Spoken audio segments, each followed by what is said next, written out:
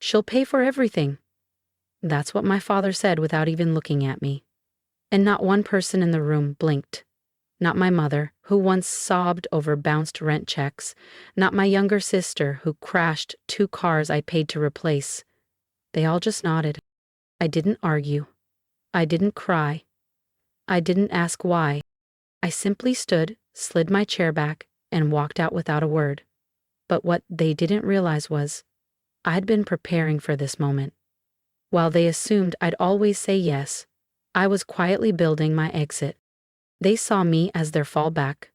I had already detached. They thought I walked away with nothing. The truth? I was finally reclaiming everything, starting with myself.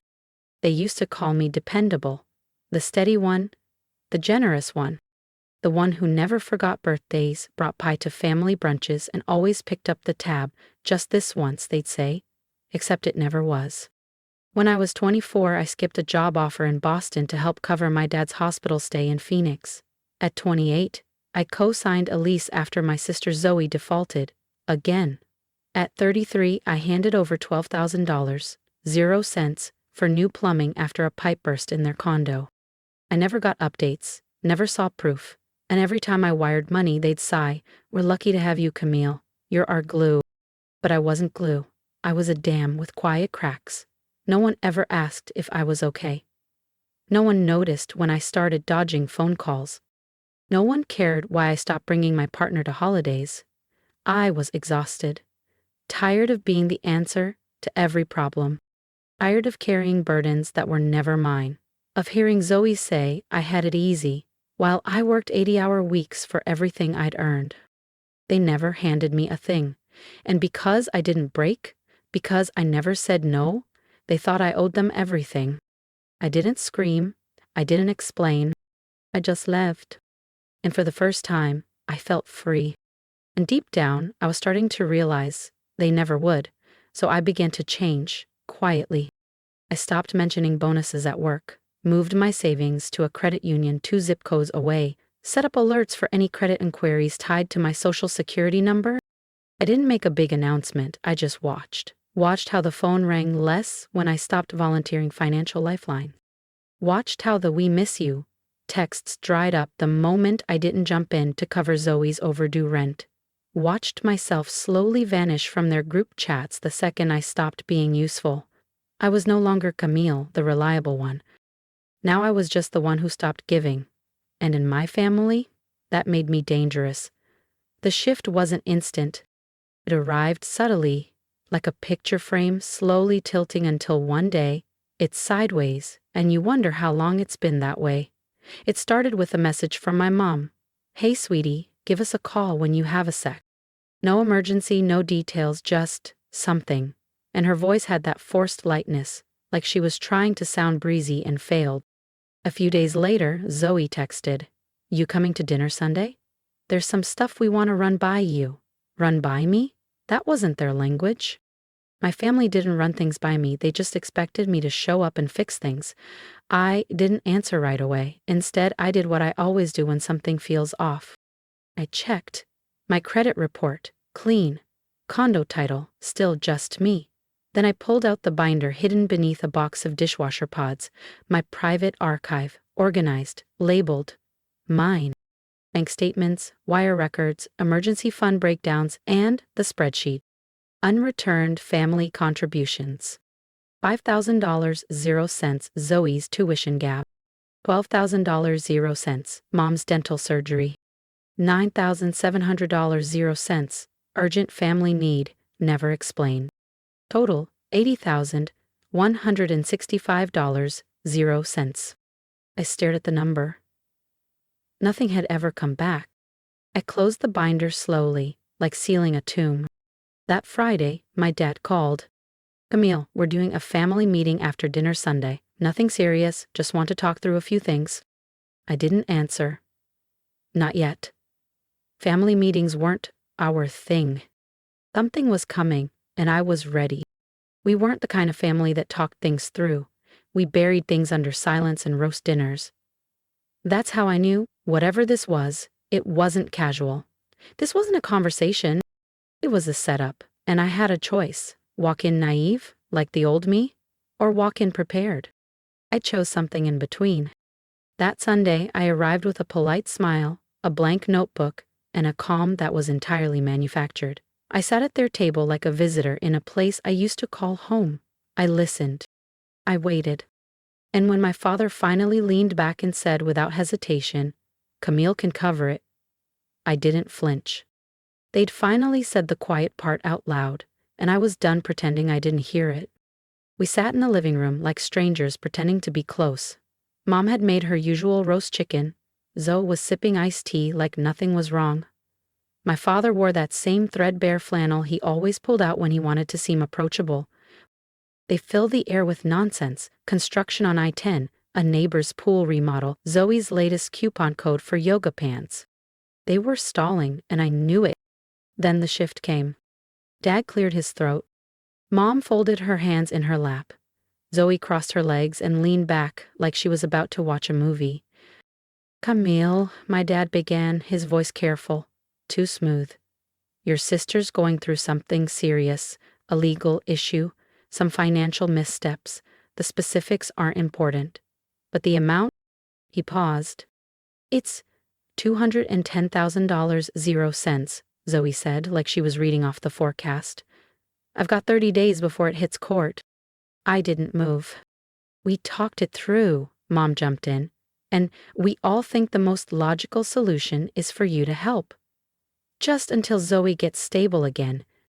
I waited. Then Dad spoke, steady and flat. "She'll pay it. Not could, not maybe. Will." That was the moment that sentence unlocked something in me. I looked at them all, not angry, not sad, just clear. Like I'd finally seen what had always been there, but I'd been too loyal, too tired, or too hopeful to admit it. They weren't asking. They were assuming. And I wasn't Camille the daughter anymore. I was the ATM. But not this time. I didn't explain how much they'd taken from me over the years. I stood up, tucked in my chair, smoothed the sleeves of my coat, and walked toward the door. "Wait. Camille?" Mom's voice rose behind me, brittle with confusion. I kept walking.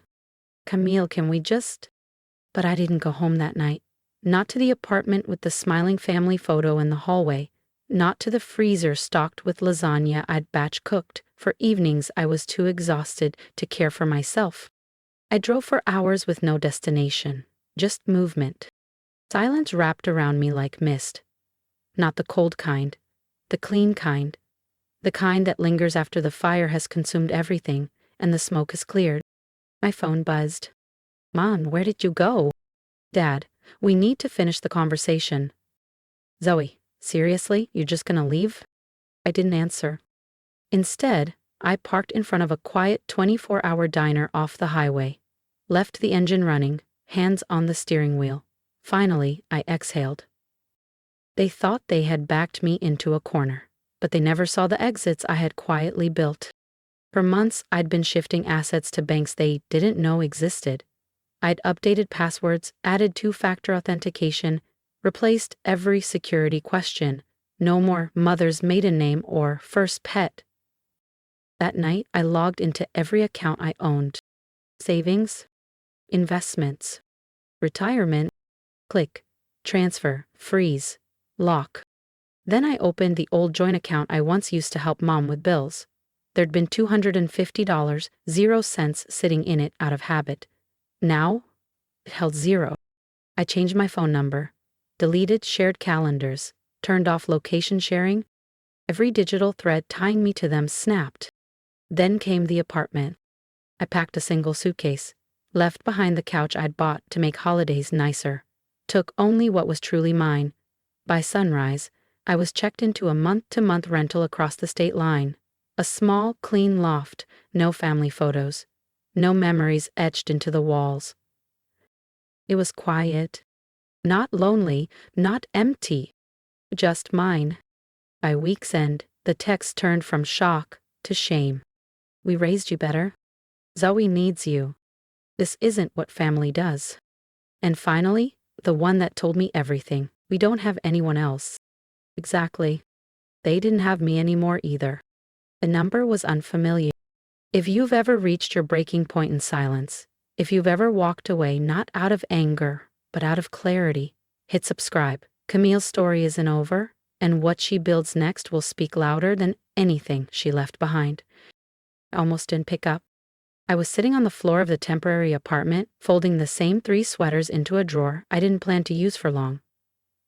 The space smelled like fresh paint and old wood, a blank slate. But something told me it was him. Hello? A pause. Then his voice. Emile. Just my name. No apology, no greeting, just that like it was supposed to mean something. I stayed silent. Look, I get it, Zoe said, her voice flat. You're pissed. But this isn't just about you, okay? This is about family. There it was again, that word. Worn out from overuse. Soft enough to manipulate, sharp enough to cut. You didn't even say anything, she continued. You just left. You ghosted us. No, I said. I walked away. There's a difference. You could have at least talked to us. You weren't listening, I interrupted. You'd already decided what my answer would be. You just wanted me there to nod and sign the check. Silence. Crackling. Thick. I'm going to lose everything, she finally said. Quieter now. The condo, the car, maybe even a court date. You should have thought of that before you lied to everyone, I said evenly. I didn't lie, You lied, Zoe. You misled investors. You covered it up. You spun it to Mom and Dad like it was just bad luck. And now you want me to fix it. Her voice cracked. I'm your sister. I looked down at the drawer. 3 folded sweaters. Neat, controlled.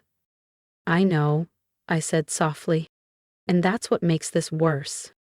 You're really going to let me fall apart? She whispered. I'm not letting anything happen to you, I replied. You made choices. I'm just finally making mine. Camille, you used to care. I did, I said. So much I almost disappeared trying to hold everyone else together. And now I care enough to let go? She didn't speak for a long time. I imagined her on the other end, still believing I'd cave. Please, she whispered, broken. I'm begging you. I looked out the window. And I didn't answer. Early evening. A row of maples swayed outside the window, their leaves brushing softly against the glass. No one knew where I was. No one could reach me. And for the first time I felt it. Not relief. Not vindication. I already told you, I said quietly into the phone. Don't beg me. A pause. Did you try it again, beg someone else? And I hung up. This time, I didn't cry. This time, I didn't feel guilty. This time, I didn't feel like the ungrateful daughter. I felt free. It happened on a Thursday. I was packing up my laptop at the co-working space downtown. I'd started going there to work remotely. Quiet, anonymous, efficient. The receptionist's voice came through the intercom. Camille Rowan, someone from legal is here for you, a process server. I froze, not because I didn't know what was coming, but because a small, bruised part of me still hoped I was wrong. He handed me a manila envelope, no words, no eye contact, just a quick signature, a nod, and he was gone. Inside, a formal civil complaint, filed by Frank and Lydia Rowan. My parents. They alleged that the money I'd given them over the years were loans, and that I was now refusing to uphold verbal agreements, inflicting emotional distress and financial harm by withholding support. I didn't tremble. I didn't panic. Instead, I laughed. Not the kind that brings joy, the kind that slips out when shock turns to exhaustion and your body decides to just release. I was their daughter, their fallback, their quiet little safety net. And now, I was a defendant. I took the envelope to a cafe down the street, opened my laptop, pulled up a contact Susan, my old manager, had recommended months ago. Carol Kim. Civil attorney. Direct. Unshakable. I sent the scanned complaint, the spreadsheet titled Family Contributions Not Loans, and every document I'd kept. Carol called back within 10 minutes. They don't have a case, she said. No contracts, no signatures, no terms. It's harassment. I was quiet. Can we counter? I asked. Yes. Emotional damages, defamation, restitution. You'd win. The thought of suing my parents scraped at something soft inside me, but underneath that softness, there was steel. I don't want their money, I said. I just want them gone. Carol's voice softened. Understood. I ended the call, slipped the envelope into my bag, and something shifted. This wasn't survival anymore. This was liberation. That weekend, I packed, not because of the lawsuit, not from fear, but because there was nothing left to stay for. I'd already signed the lease, a quiet apartment 2 states away, near the ocean, far from memory. Not a fresh start, just a clean one.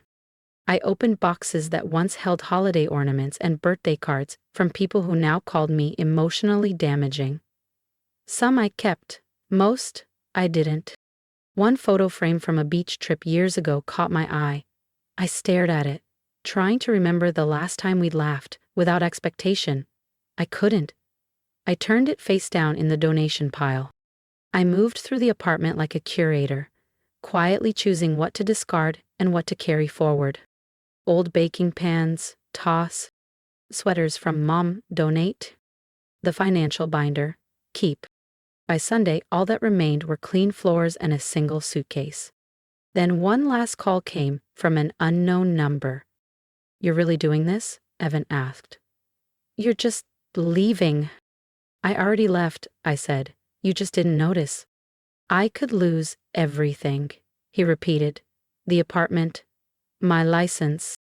I already have nothing, I said. No trust, no family, just years of being used. Silence. I was scared, he said. I know, I replied, but fear doesn't excuse using someone. I didn't mean to hurt you. You didn't think about me at all. Please, Camille, please. I didn't raise my voice. I didn't cry. I told you, don't beg me, beg someone else. I ended the call. No texts, no emails. They finally understood. The door had closed. The new apartment wasn't anything special. 2 bedrooms, a balcony, the scent of fresh paint and the ocean on good days. But it was mine. No one had the address. No spare keys. Just me. I dropped my suitcase in the hallway. No welcome mat. No family dinner. Just silence. And for the first time in years, I wasn't afraid of it. I slept like stone. No buzzing phone. No crisis to fix. Just stillness. The next morning, I opened my laptop and wrote the mission statement, something I'd been drafting in my mind for months. A nonprofit, small, focused, to help women reclaim financial independence from families who only saw them as wallets with faces. I called it Second Ledger, because real accounting happens in boundaries, in silence, in saying enough. That same week, a letter arrived. No return address, but I knew the handwriting. Camille, I'm sorry. For the money, for never seeing you as more than someone who could fix everything. You deserved better. I hope one day you'll forgive us. I read it twice, then folded it and placed it in a drawer. Not to keep, just not to carry. I didn't write back. Instead, I stepped onto the balcony, coffee in hand, sun on my skin, hair unbrushed. I wasn't angry. I wasn't broken. I was just done. Done performing, done apologizing, done shrinking to fit someone else's definition of love. Some people only love you when you're useful. When you stop giving, you disappear. And that's okay. Because now, finally, exists to me. If my story resonates with you, if you've ever been expected to carry more than your share, I'd love to hear from you. Share your thoughts in the comments. What helped you reclaim your peace? Your advice might be the lifeline someone else needs. Let's build that strength together. Subscribe to stay with me.